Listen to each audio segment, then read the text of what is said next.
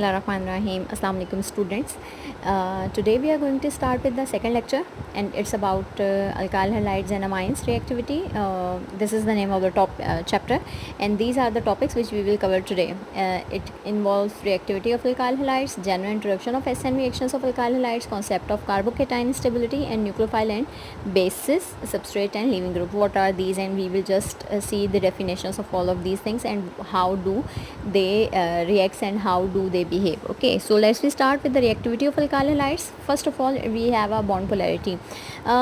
Before discussing it, let me clear one thing, that what bond polarity is. Bond polarity is the difference between the polarity between two atoms. Okay, so as we all are familiar with this thing, that an alkyl halide, the bond is formed between carbon and any of the halogen atom. We may be having fluorine, bromine or iodine. It may be anything. Fine. So as the electronegativity difference is increased, if electronegativity difference is increased, so automatically bond polarity will also increase. So when we are talking about the carbon halogen bond in halogen alkanes in polar, because all halogens are more electronegative, as we all know. Why they are more electronegative? Because they belong from 7a group and they contain 7 electrons in their atomic shell, and carbon belongs from 4a group. Fine. So there is a difference between 4a and 7a, so automatically there is a difference in electronegativity, and this creates the polarity difference between carbon and halogen. The polar bond means that the carbon atom has a small positive charge. Obviously, why it is having a small positive charge? Because it is having 4 electrons, so it can donate it electron, और it can be having a positive charge. Obviously positive charge कब आता है? जब कोई चीज़ electron donate कर रही होती है, और नेगेटिव चार्ज कब आता है? जब कोई चीज़ इलेक्ट्रॉन को अपनी तरफ अट्रैक्ट कर रही होती है. तो बॉन्ड ऐसा आयनिक तो नहीं है, बट हाँ एक पोलैरिटी का डिफरेंस जो है यहाँ पर क्रिएट हो जाता है, which attract substance with a lone pair. और यहाँ पर यही चीज़ they have mentioned it कि the polar bond means that a carbon atom has a small positive charge which attracts substance with a lone pair. So obviously if it is having a positive charge, carbon, so definitely it is going to attract some of the lone pair thing, because इसके ऊपर positive charge है. ठीक है. So these are the structures. आपके पास जो ये आपके पास कुछ स्ट्रक्चर्स हैं जिसके अंदर हम लोगों ने सिंपल शो करने की कोशिश की है कि how bond polarity is working here. This is this is between methyl fluoride, this is methyl chloride, this one is methyl bromide, and this one is methyl iodide. And as we are going down the group, if you know the periodic table, fluorine सबसे छोटा होता है. After that, after fluorine we have chlorine, then we have bromine, then we have iodine. So that is how if the size is increasing, so automatically bond polarity के ऊपर भी फ़र्क पड़ता है. On the basis of bond polarity, reactivity of alkyl halide decreases in order. Why it is decreasing? Because जो down the group आप आओगे तो size increase होगा, तो size increase होगा तो जो attractive forces हैं वो weak होती जाती हैं. ये हम लोग इंशाल्लाह इसमें इनऑर्गेनिक केमिस्ट्री में इन चीज़ों को डिटेल में डिस्कस करेंगे, बट इन शॉर्ट पोलैरिटी का डिफरेंस इन्वर्स होगा विद द साइज़. फाइन. सो जैसे जैसे आप नीचे आएंगे, सो यहाँ आपके पास हम लोगों ने यहाँ पर R F, R C L, R B R और आर आई के बारे में बताया कि सबसे ज़्यादा पोलैरिटी फ्लोरीन की होगी, बिकॉज इलेक्ट्रोनेगेटिविटी का जो सबसे स्ट्रॉन्ग डिफरेंस निकलेगा वो यहाँ पर निकलेगा, because fluorine is the most electronegative element. Okay. So then the next topic is bond strength. इसको मैं ज़रा साइड पे कर लूँ. let me take it here. Okay.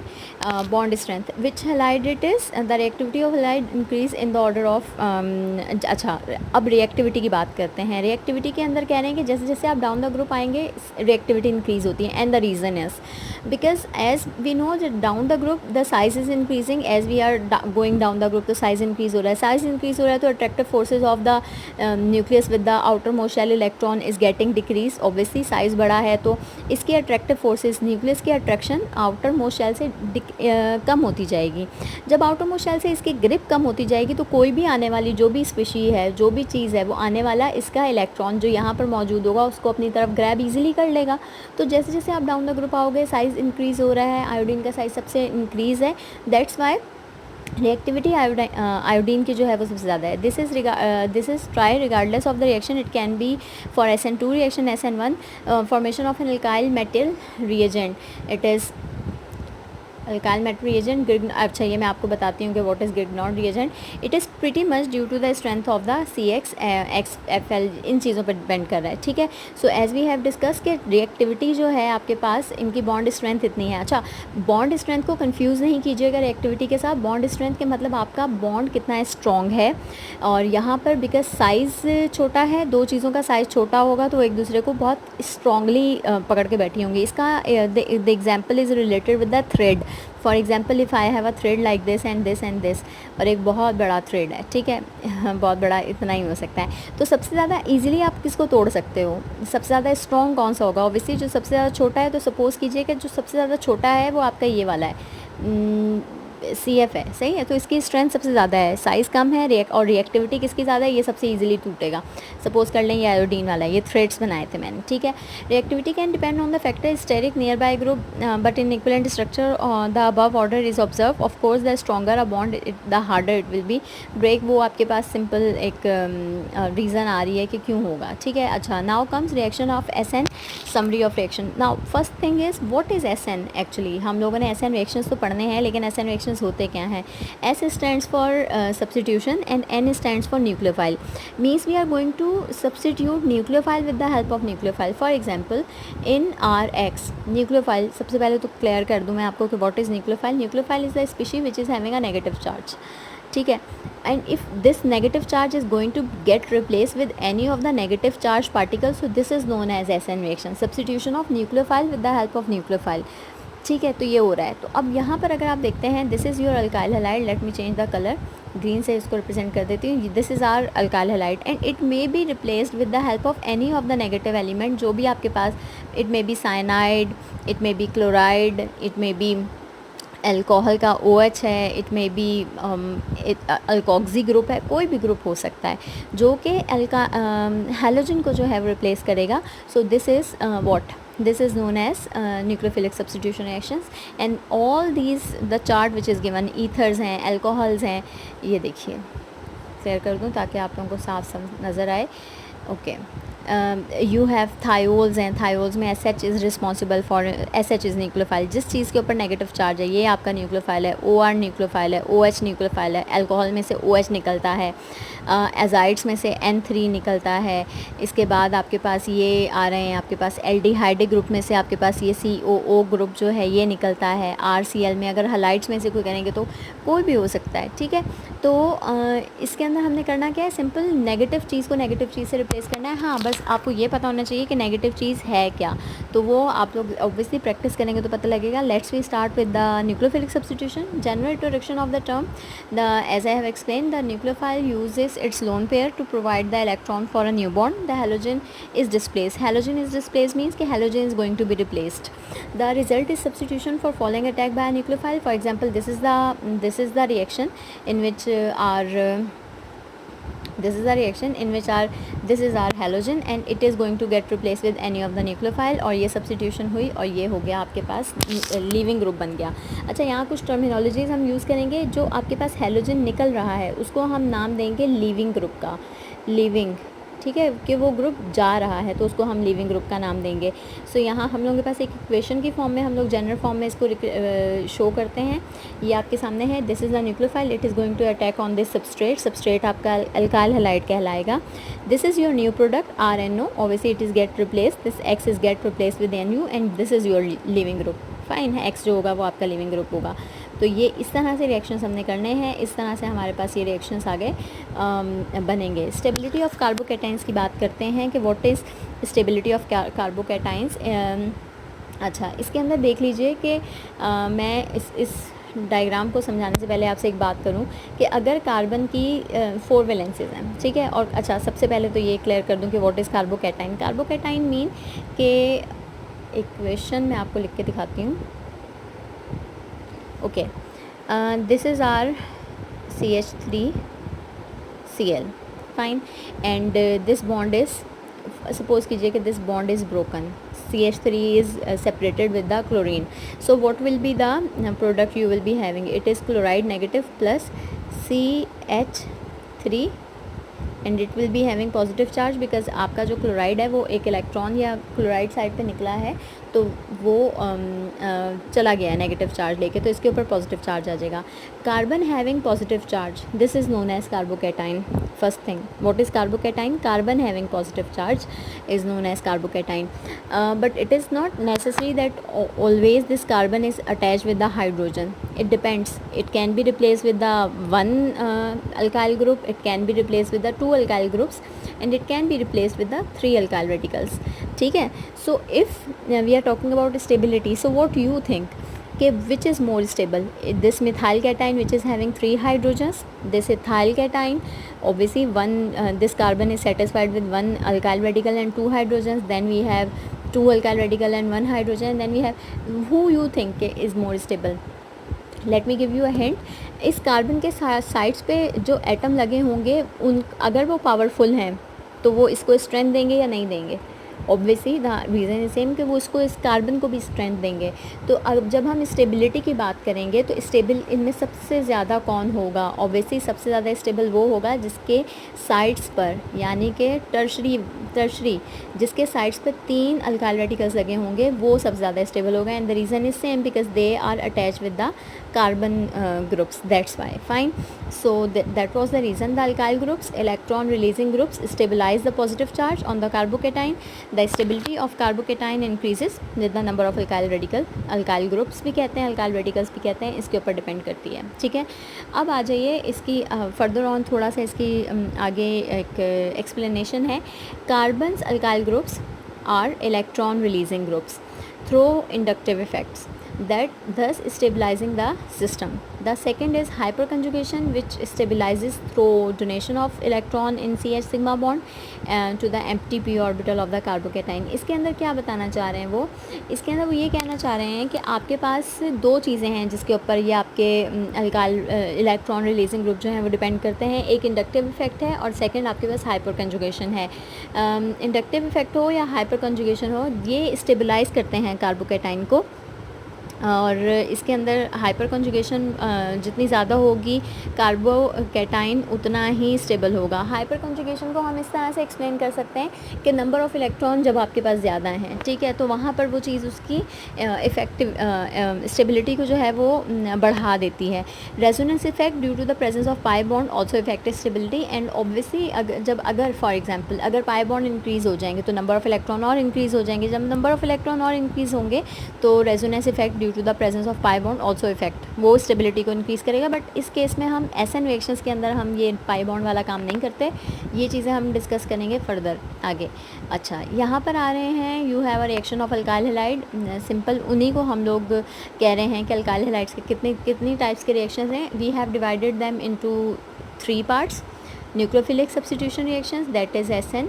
Then we have elimination reaction जिनको हम ई से रिप्रेजेंट करते हैं. देन ऑर्गेनो हैलाइड्स रिएक्शन जिनको हम ग्रिग्नॉर्ड रिएजेंट के रिएक्शंस भी कहते हैं, और वो हम आगे देखेंगे. ठीक है. But first of all let's we start with the nucleophile and leaving group, and it has 2 types, SN2 and SN1, and elimination E1 and E2. इन दोनों की एक टाइप है. और लास्ट में जो आपके ऑर्गेनो मेटेलिक भी कहते हैं, ऑर्गेनो हैलाइड रिएक्शंस भी कहते हैं, इसके भी 2 टाइप्स हैं, ग्रिग्नॉर्ड रिएजेंट और reduction of alkyl halides. But right now we are going to discuss about SN reactions के बारे में बात करेंगे. सबसे पहले तो ये देख लीजिए कि what is nucleophile and what is base. Nucleophile is the electron rich species जिसके ऊपर क्या चार्ज होगा, जिसके ऊपर नेगेटिव चार्ज होगा. ठीक है. स्पीशीज़ विद लोन पेयर, ये भी कह सकते हैं. इलेक्ट्रॉन होना, लोन पेयर होना एक ही बात है. फुली और slightly negative. Strongly attracted to a region of positive charge. What is the positive charge? Obviously carbon. ठीक है. उस कार्बन के ऊपर अटैक करेगा जिसके ऊपर पॉजिटिव चार्ज होगा. Weak nucleophile doesn't contain negative charge. Example water and undergo SN1 pathway. अब ये क्या है, इसके अंदर हम क्या बात करते हैं. As I have shown you a diagram कि जिसके अंदर मैंने आपको बताया है कि SN रिएक्शंस की 2 टाइप्स होती हैं, SN2 एंड SN1. आगे हम इनकी डिस्कस करेंगे कि कौन सी टाइप SN2 देती है, कौन सी टाइप SN1 देती है. वो बात कर रहे हैं कि वीक न्यूक्लियोफाइल जो होते हैं दे doesn't contain negative charge but water and undergo SN1 pathway. SN1 और SN2 का डिफरेंस मैं आगे आपको बताती हूँ. Strong nucleophile contain negative charge when in ionic form, example iodide, and undergo SN2 reactions. Due to heterolysis of carbon halogen bond, nucleophile form new bond with carbon atom, replaces halogen. और ये simple है कि आपका halogen replace हो जाएगा। Example of nucleophiles are, ये nucleophile overall है, इसको हम ब्रेक करते हैं।